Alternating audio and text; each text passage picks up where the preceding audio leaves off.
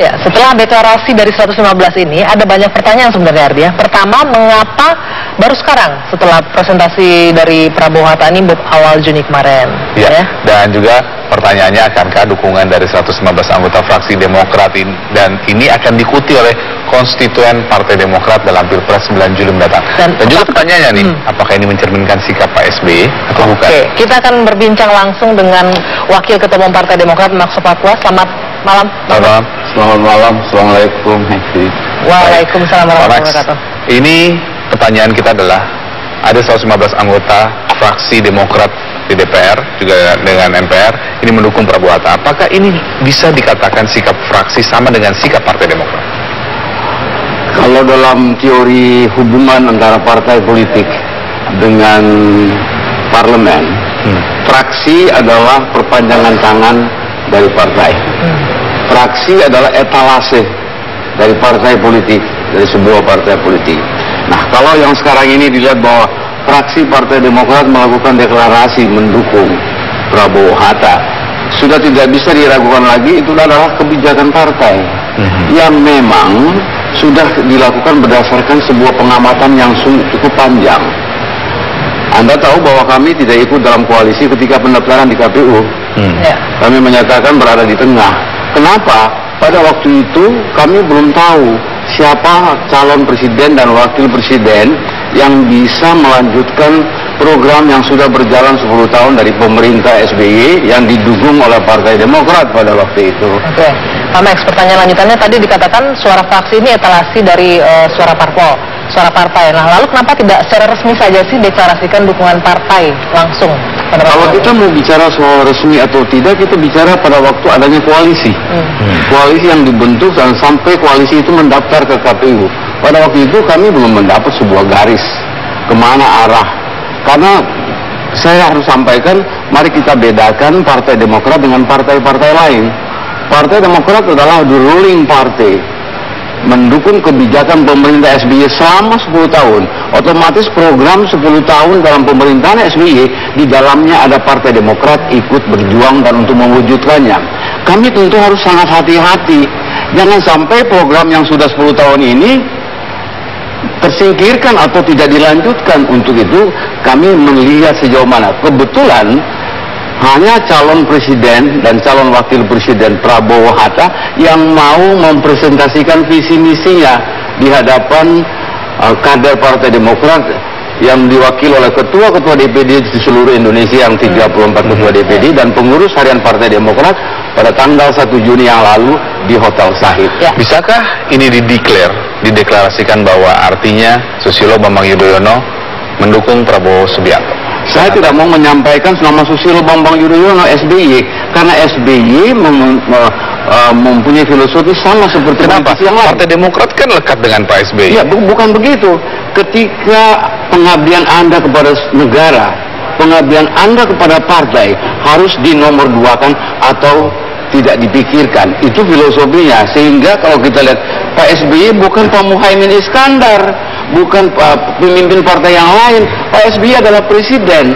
Untuk itu presiden menempatkan diri sebagai kepala negara, kepala pemerintahan yang kalau dilihat jangan ke kiri, jangan ke kanan. Kan ada ketua harian, ada wakil ketua umum, ada sekjen. Kan cukup untuk mengakomodir kepentingan. Tapi kalau partainya kemudian sudah mendukung Prabowo Subianto, berarti sudah tahulah artinya ya. Ya, saya kira Anda yang paling tahu.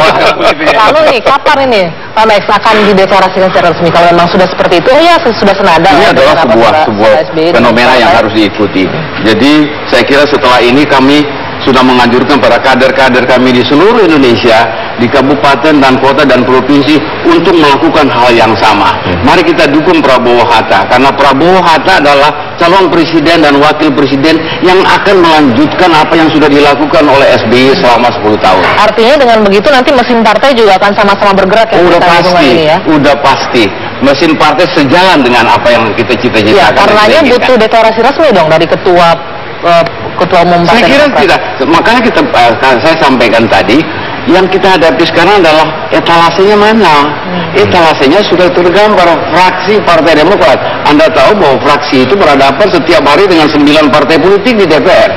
Kalau partai adalah yang memberikan otoritas, partai memberikan sebagai melanjutkan apa yang harus dilakukan oleh fraksi. Jadi otomatis kita lihat bahwa ini sudah tadi dihadiri oleh ketua harian. Kami tidak mau melibatkan ketua umum karena ketua umum adalah pemimpin bangsa dan pemimpin negara, kepala pemerintahan. Jangan kita libatkan ke arah sana. Dan saya kira Prabowo tadi juga menyampaikan pidato bahwa dia menyadari benar bahwa kepentingan negara di atas segala-galanya. Karena ada jaminan nggak bisa menggerakkan mesin partai bergerak. Tapi bagaimana dengan konstituen partai lainnya yang berada di akar rumput di daerah? Apakah juga akan satu suara bisa dijamin ke? Maksudnya konstituen Partai Demokrat? Ya. Saya kira begini. Selama ini kami mendapat telepon ataupun pertanyaan dari daerah yang bertubi-tubi setiap hari lewat SMS, lewat email dan lain-lain. Kemana kami harus pergi? Bagaimana caranya Partai Demokrat? Kemana arah kami? Nah, dengan adanya arah hari ini yang kami lakukan berupa deklarasi, sudah tidak ada lagi warna gelap di sana. Semua sudah terang bahwa Demokrat bersama dengan Prabowo Hatta. Ada pertanyaan di masyarakat, Pak Max, pasti mereka sekarang sedang bertanya, kenapa teman-teman di Demokrat tidak memilih Joko Widodo? Apa sih yang dilihat dari Prabowo Subianto?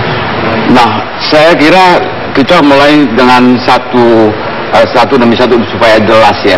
Pada waktu Rapimnas di Hotel Sahid kemarin ini, ya, kita melakukan semacam polling ya antara para kader Demokrat.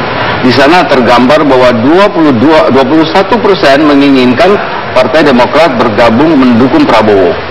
22% ingin membuat koalisi sendiri, yaitu dengan Golkar pada waktu itu. Dan 56% ingin netral. Ya. Keputusan ini kita bawa kepada Majelis Tinggi dan diolah oleh Majelis Tinggi dengan berbagai keuntungan, berbagai kerugian. Kalau kita mengambil sebuah keputusan, dapatlah sebuah keputusan baru bahwa tunggu dulu nantinya bahwa hasil ini akan kita sejajarkan dengan visi misi yang dilakukan oleh calon presiden dan calon wakil presiden. Kebetulan yang mau menyampaikan visi misi itu adalah Prabowo dan Hatta. Tapi cukup lama juga ya rentang waktunya dari paparan visi misi sampai keputusan deklarasinya hari ini, dan ini juga masih pada waktu keputusan itu Mbak, kita sudah menyampaikan kepada kader di seluruh Indonesia lewat pidato pada waktu itu Pak Syarif Hasan sebagai ketua harian sampaikan kepada kader seluruh Indonesia, kader Partai Demokrat di seluruh Indonesia bahwa visi misi Prabowo Hatta sejalan dengan Partai Demokrat. Kalau orang politik sudah bisa menerjemahkan itu. Yang mana sih yang paling sejalan? Ya, yang mana? Semua program yang sudah dilakukan oleh SBY, ya, menyangkut program pro rakyat, ya, banyak sekali ada PNPN Mandiri, KUR, BOS dan lain-lain, itu akan dilanjutkan terus oleh Prabowo. Dan itu Pak Prabowo sendiri yang menyampaikan itu ketika dia melakukan deklarasi. Jadi kita lihat bahwa bukan soal fanatisme di sini. Kenapa ditanya kenapa kami tidak memilih Jokowi? Memang pollingnya begitu hasilnya, tidak ada yang memilih Jokowi pada waktu itu. Hanya 21% memilih Pak Prabowo, 56% mengatakan netral gitu.